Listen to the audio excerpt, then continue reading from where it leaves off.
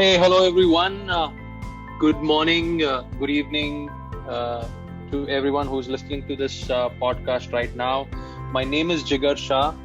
I'm a Salesforce MVP, and I am also the co-organizer of Apex Hours, the YouTube channel. If you're in the Salesforce ecosystem, I'm sure you've heard about Apex Hours, right? I am also the co-organizer of Path to Code. Basically, the objective of these channels or these mediums is to ensure that people get exposure to Salesforce development, and of course they are free. So uh, that's one of the things that I love doing as a part of my whatever I can contribute to the Trailblazer community. Beyond that, I've been a Dreamforce speaker, and that has been one of the most coveted experience of my professional career. Uh, Beyond that, I've spoken at multiple dreaming events, be it Trexus Streaming, Tahoe Dreaming, Midwest Streaming, or Forge Academy. Um, as a part of my professional life, I work as the director of technology at Eternus Solutions, which is a platinum consulting Salesforce partner. And I love contributing to the community, and here I am. So, really look forward to become a part of this podcast. Kathy, thank you so much for having me here. Thank you. Dreamforce speaker, Salesforce MVP, we have Jigar Shah with us today. I am Kathy Mehta, host of this awesome podcast, and will hear the stories and insights from the man himself. So there, Jigar mentioning about his contributions. So today we sit down with him and take away all the tips and tricks to be focused and how to excel in our career. So Jigar, how did you initially start your career? I started back working in Salesforce back in somewhere around 2008. Hmm. I used to be a .NET developer back then, and Salesforce happened to be by chance. And In fact, in back in the days, there was not a lot of study material available for the Salesforce ecosystem, and there was those huge cookbooks and developer guides which we used to go through. There was no trailhead, Yes. and that's where I kind of got started. And since then, I've been hooked on to this amazing technology and ecosystem. So yeah, that's where I kind of started my journey. Yeah. So, did you find it difficult? Because you said that you didn't had Trailhead in your time. So, did you find it difficult finding your career path in Salesforce? Well, it did seem a little difficult at the start because you had to, skim through a lot of cookbooks, lot of documents, Yeah. to kind of, implement any new concept that you were trying to learn. And there was not a lot of practical examples or things that you could do, in a self-paced format. But in hindsight, if I really see that, that's what has kind of molded me, and a lot of depth of what I know or I'm aware of today is thanks to all those cookbooks and wonderful guides. Yeah. But that doesn't make Trailhead any less amazing. But I'm thankful to that experience as well. Okay. So, you are an architect, like you have been into that architect zone. So, did you always knew that you want to be in that path, or like how did it came to you? Honestly, one of the things I definitely knew, whether it was to become an architect or not, I was not sure. But definitely, I wanted to be in the tech space. I loved to write code. I loved building technical solutions, and I loved solving problems for my customers. And I think that is what kind of got me started off. And Eventually, when I kind of moved over and over and started doing this, I realized that while you're doing a lot of micro things, writing code, building process builders, building amazing flows, there is also a need for a macro level view. And that's where I kind of realized that you know I also wanted to become an architect, because having an architect is, one, all about problem solving. Second is being able to paint that vision of the solution by understanding the problem. And the third is to ensure that you turn that vision into that reality. So that's where I really loved doing all of this, and that's where I kind of realized that this is something that I love, and I've continued doing so far. Yeah. So would you say that architecture is a field for everyone? Absolutely. I mean, being an architect, doesn't matter what designation you have or what role you play. Everybody is an architect in their own capacity. As long as you're solving problems for your customer, that's exactly what an architect does, right? Right. Technology is just a medium, right? Right. Eventually, we're all problem solvers, and we're coming up with innovative solutions using all the amazing technology. And you know Salesforce has done an amazing job with by innovating so much, 3 releases a year with all the amazing products that it has, Yeah. kind of have to offer. I think that Salesforce is your best ally, while solving your customers' problems. So I think it's definitely for everyone and Mm. anyone who loves problem solving. Yeah. And yeah, and that's what I would also recommend to all the aspiring architects. uh, i I think it is more about problem solving than being able to code or being able to write process builders or lightning flows. Yeah. So, this podcast I have made is basically for people, for trailblazers who are kind of, stuck somewhere and want a quick chat with someone. So, do you want to give some advice to maybe those trailblazers who are looking for architect path, but, are kind of confused and, want to have a word? So, do you want to have some advice for them that what they should Ab- do? Absolutely, Kathy. Yeah. uh, my 2 cents for all the aspiring architects out there. One, first of all, don't brand yourself with a particular product or a skill. It's good to have expertise, and you should definitely have one. But if you get to work on CPQ today and then community tomorrow and maybe some other product day after, be nimble, be like water, right? Yeah. And be agile, because the more diverse experience you have, the better an architect you are, because you have a 360 view of the whole system, right? Yeah. And second, one of the most underrated skills or attributes of an architect is the ability to communicate and listen. And I think these are two soft skills which are extremely crucial when you are an architect, because there you're on the front lines, you're talking to the customer.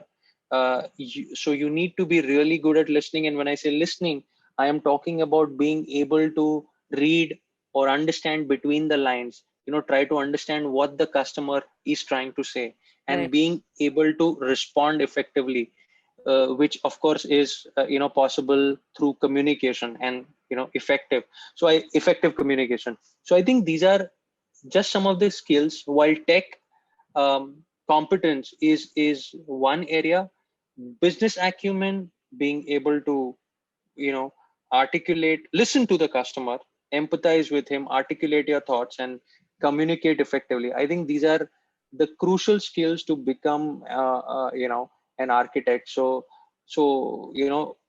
I would request everybody, all aspiring architects, to kind of really focus on these skills, because that is what eventually makes the difference. Yeah, I'm sure all those points are noted because even I believe that whatever I have learned and this ecosystem, even I think that you should have diverse knowledge. You should have expertise of things while you should also know many things, right? That is how it works. Correct. So, That's absolutely correct. yeah, do you want to share your best project you worked in till date? Any best Of course. Well, experience? you had, or anything that you remember for life? Well, there are many wonderful experiences that I've been having in this professional journey. Mm-hmm. But there are very specific instances that I want to share. Uh, and these are, not just good projects, but instances where I made mistakes, and they've kind of taught me lessons for life. Yeah. So one of the things where I was doing an implementation for one of the large NBFCs, right? And I was doing a huge sales cloud implementation, and we were writing um, an implementation which is like a drip program. So it was sort of a marketing automation that we were building back in the days when, and this was the time when marketing cloud or Pardot didn't kind of was not so famous, and there was not a lot of emphasis on that area. Mm-hmm. So I was actually writing an implementation for the customer, and it actually was sending out emails back in the days. When I was just starting off and was new to the platform, I was doing it on the sandbox, and unfortunately for me, it was a full copy sandbox, and it had actual live customer data. And when I actually shot out emails, it it went and Oh, oh. sent those emails to live customers, and then within seconds I was receiving responses, and suddenly I figured out that there was something drastically wrong that I had done. But that I was lucky, my manager was not mad at me at that point in time, but Oh that God. definitely. That's a moment for you need to remember your whole life. Absolutely. And it's taught me a lesson for life that Yeah. whenever you're doing implementations on Sandbox, make sure you don't have live data, or even if you do have, you can always ensure that you turn off your emails. And that's what I keep, kind of sharing with my teams today. But Yeah. yeah, that's one wonderful instance where even though it was a mistake, but it's taught me something which I will remember for my life. So that This is, was that was yeah. This is why we say that experience counts, right? absolutely, absolutely. So we would also want to know that what kind of projects were you doing when you first started as an architect? Honestly, when I kind of started off as an architect, I didn't really have a preference. I was open to doing everything. Um, Okay. so um, so I didn't really have a specific choice saying that I only wanted to do projects around community cloud. Mm, I Because I work with an organization which is primarily in services, mm, but we were also doing a lot of products. So I was doing I was fortunate enough to work on engagements which had a very good mix of services, where I was doing sales cloud, service cloud implementations, and mhm, then uh, fortunately we also were building a product for the app exchange, and we were also doing it for a lot of my customers. So mm, I also had the opportunity to work on building products for the app exchange. So that's where I was fortunate enough to kind of get the flavor of a services implementation, as well as a typical product development life cycle, which yeah. was a ground up product that we built. And then beyond that, I think one other thing that I would strongly recommend for all aspiring architects, and this is something that has shaped my career, is your opportunity or the ability um, to do pre-sales, right? Most of the times as technology people or delivery guys, we do not do a lot of pre-sales, or we feel that there is a separate pre-sales team. And a lot of different organizations I've seen, there's a lot of different pre-sales teams, or usually there is a separate set of people who kind of do that.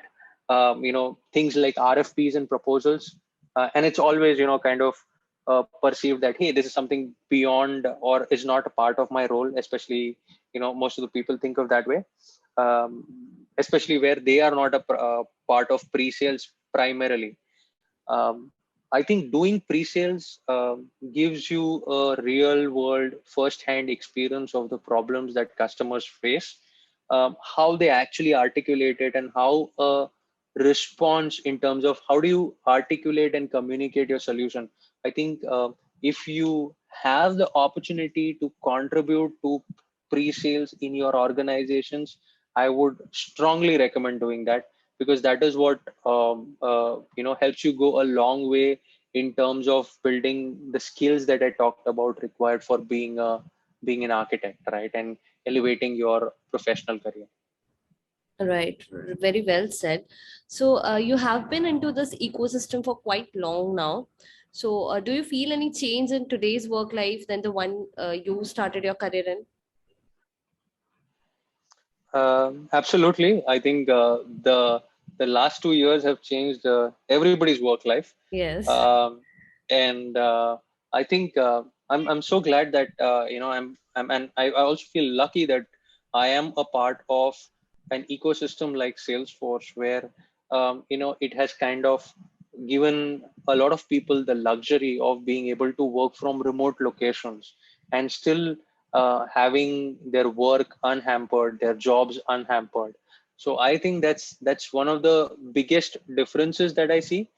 The other thing that I also see is I think, with this whole ecosystem, I think there's a lot of inclusivity. No matter what background you come from, no matter right, what race you are, what religion you are, what expertise you had or are bringing or not bringing. Everybody is very welcoming, and they're ready to welcome you, help you, right. share things with you. So I think that is a great thing.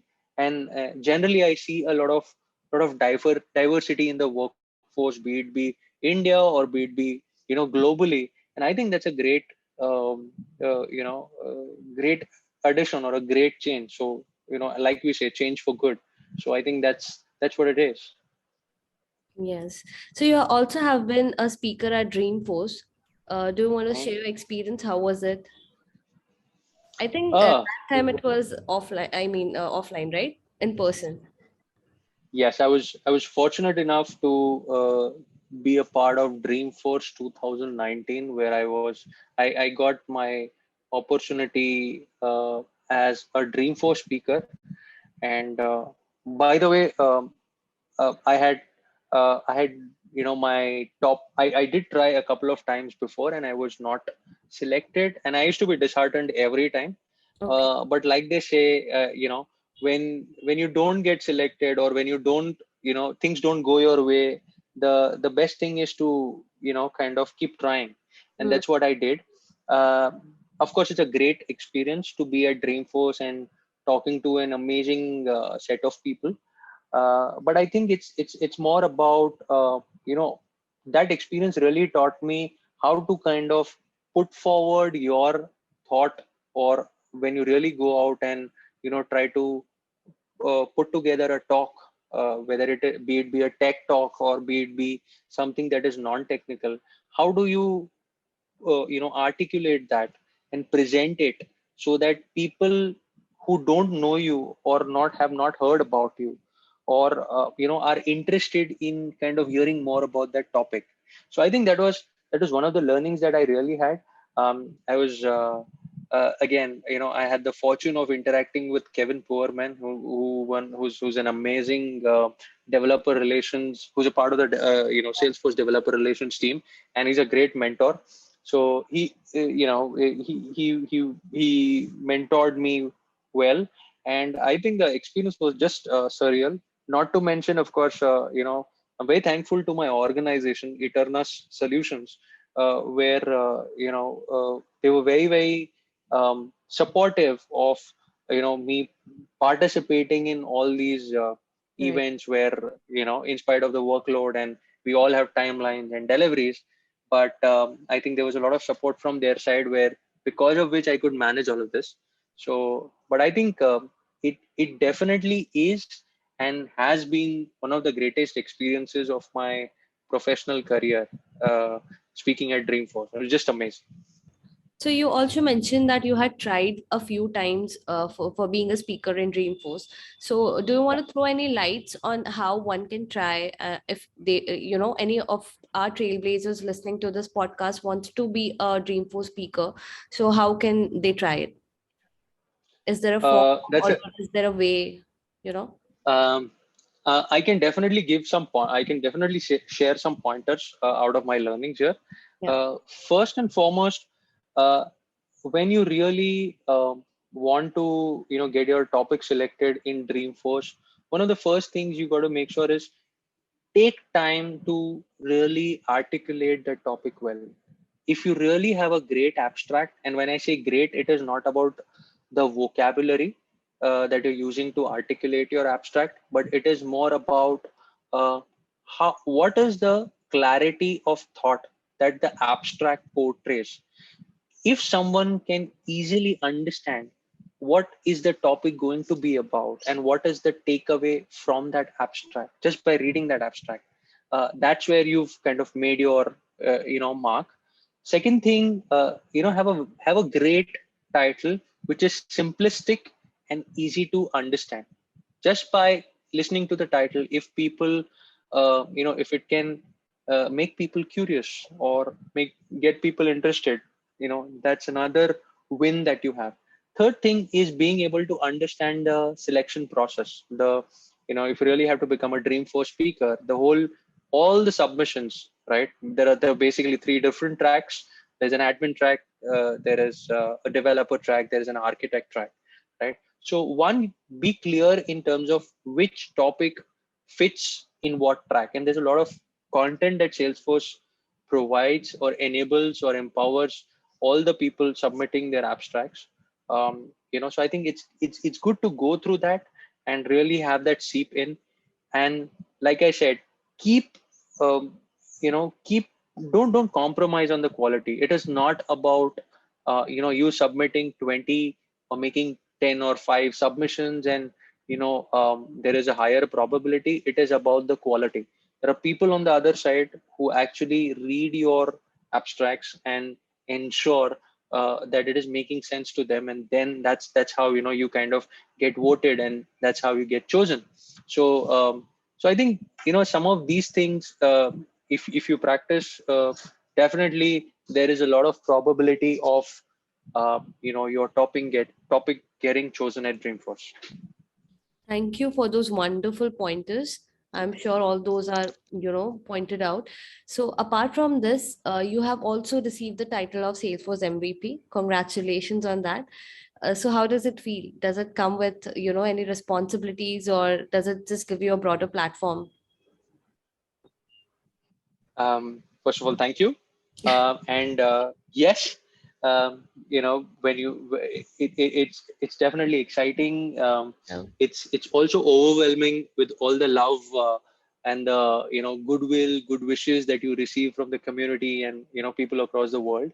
Yeah. Uh, very very fortunate to have this coveted title, and like they say, with great power, it's not just a huge electricity bill, but there's a lot of responsibility that comes with it. Yeah. And I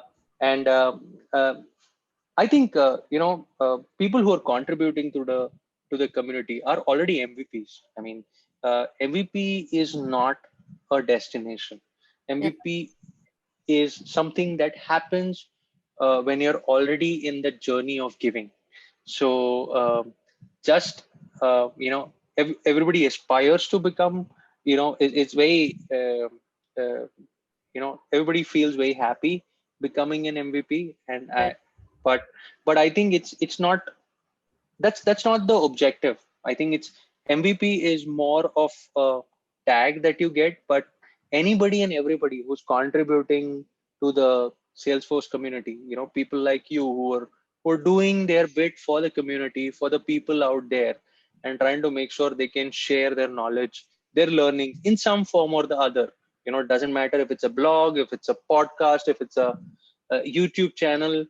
uh, those, to me, all of those people are MVPs because they live by the sole principle of being an MVP, which means being a trailblazer, sharing with the Ohana, and making the whole ecosystem a better place. So that's what it is to me. Right. It was very nice talking to you, Jigar. That's our show. Now, before we go, last question to you. Describe Salesforce community in one word.